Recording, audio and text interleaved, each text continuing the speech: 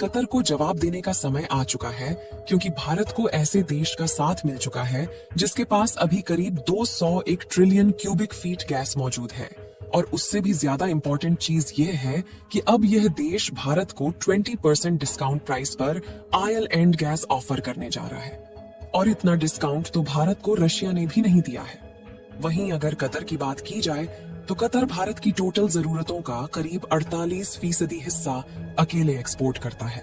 और कतर को अपनी इस गैस के ऊपर बहुत ज्यादा घमंड था। और हाल ही में भारत और कतर के बीच में जो एक्टिविटीज हुई है हम सभी जानते हैं। कतर की कोर्ट ने भारतीय नौसेना के 8 पूर्व अफसरों को मौत की सजा सुनाई है।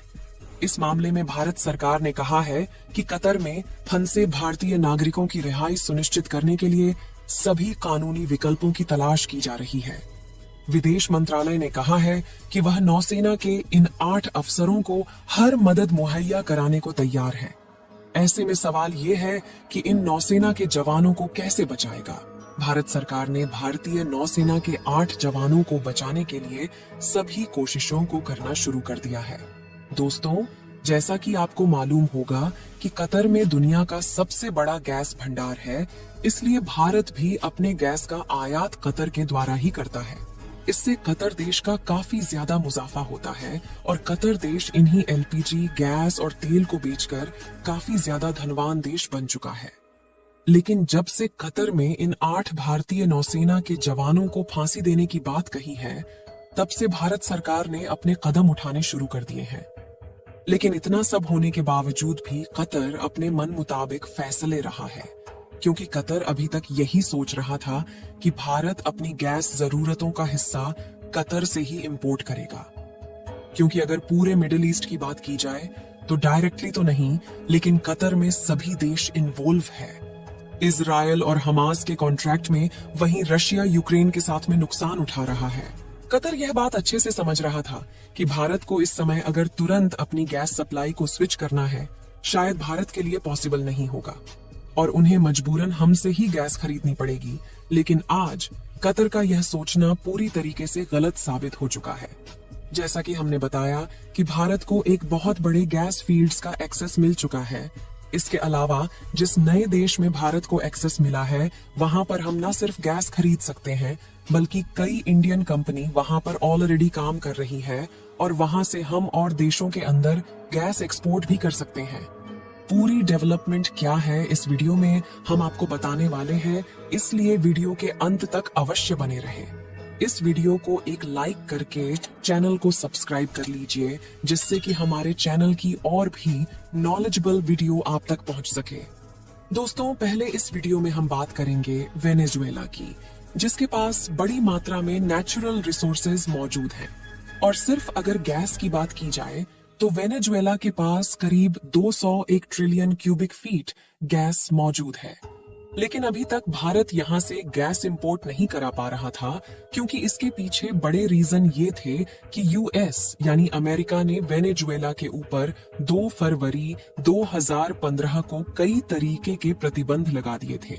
और अमेरिका का सेंसर्स लगाने के पीछे रीजन यही था कि वेनेजुएला के अंदर ह्यूमन राइट्स एब्यूज और पॉलिटिकल करप्शन था। और भी कई तरीके की अनसर्टेनिटीज की वजह से अमेरिका ने वेनेजुएला पर अंकुश लगाए थे। लेकिन रिसेंटली अमेरिका ने वेनेजुएला से सभी अंकुश हटा लिए हैं, जिससे अब वेनेजुएला अपनी ऑयल एंड गैस को आसानी से पूरी दुनिया के अंदर बेच सकता है। वहीं रिपोर्ट में यह भी कहा गया है कि अगले 6 मंथ के लिए इसे बढ़ाया गया है, लेकिन आगे चल के इनको और ज्यादा बढ़ाया जा सकता है। लेकिन यहाँ पर अगर भारत की बात की जाए तो भारत की सबसे बड़ी ऑयल एंड गैस कंपनी, जिसका नाम है ओएनजीसी विदेश लिमिटेड कंपनी, ये वेनेजुएला के अंदर काफी लंबे समय से स्ट्रगल कर रही थी, क्योंकि कंपनी के पास क्रिस्टल ऑयल फील्ड की 40% हिस्सेदारी है, जो कि इस दिन वेनेजुएला में है। वहीं ओएनजीसी ऑयल एक्सपोर्ट करने वाली कंपनी है, इसलिए अभी वहां से गैस को आसानी से बेच भी सकते हैं। इसके अलावा वेनेजुएला में ओएनजीसी के करीब 500 मिलियन यूएस डॉलर फंसे हुए हैं, जो डिविडेंड है वो भी अब रिकवर हो जाएगा। भारत और वेनेजुएला के कुछ रिलेशन की बात करें तो 2023 में ही दोनों देशों ने स्टैब्लिश किया था। 634th एनिवर्सरी को अपने रिलेशन को ऑनर करने के लिए दोनों ही कंट्रीज ने बात की थी। मेजॉरिटी हम वेनेजुएला के अंदर रिफाइंड पेट्रोलियम एक्सपोर्ट करने के तहत मेडिसिन और राइस को एक्सपोर्ट करते हैं।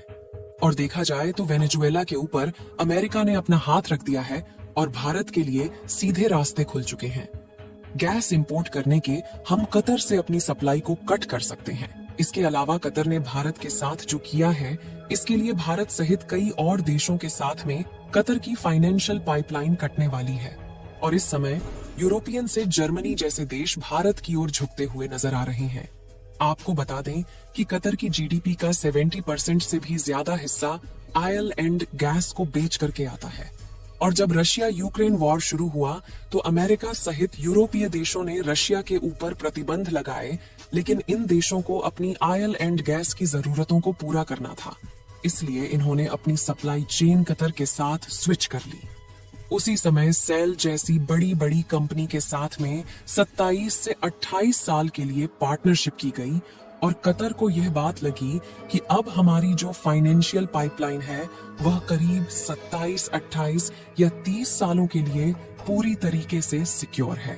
लेकिन कतर को इस बात का अंदाजा नहीं था कि अमेरिका, रशिया और भारत जैसे देश बैकफुट पर जिस तरीके से काम कर रहे हैं और लगातार कतर के अल्टरनेटिव पर रिसर्च एंड डेवलपमेंट जारी है, उस पर कतर को इसकी भनक अभी तक नहीं लगी है।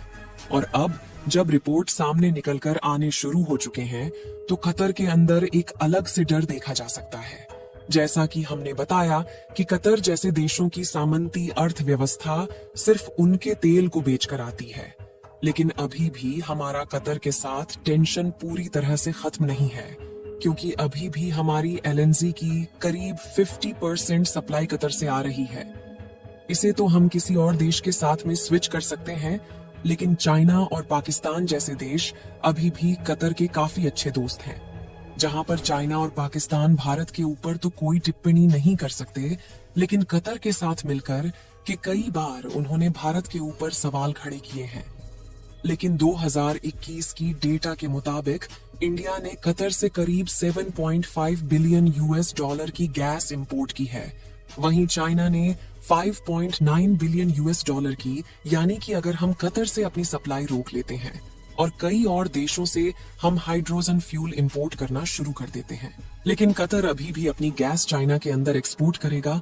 और कतर चाइना ने अपने रिलेशन को ऑर्डर करने के लिए 1981 के अंदर एक रिलेशनशिप को साइन किया, जहां पर डिप्लोमेटिक रिलेशंस दोनों ही कंट्रीज के बीच में स्टार्ट किया जा सके। साथियों, आपको क्या लगता है कि भारत सरकार इस तरीके से इन 8 नौसेना के जवानों को फांसी से बचा पाएगी या नहीं? अपनी राय कमेंट के माध्यम से जरूर साझा करें। इस वीडियो को एक लाइक जरूर करें और अपने दोस्तों तक इस वीडियो को शेयर करें।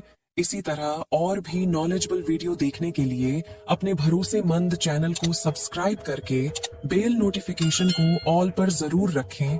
वीडियो को अंत तक देखने के लिए धन्यवाद।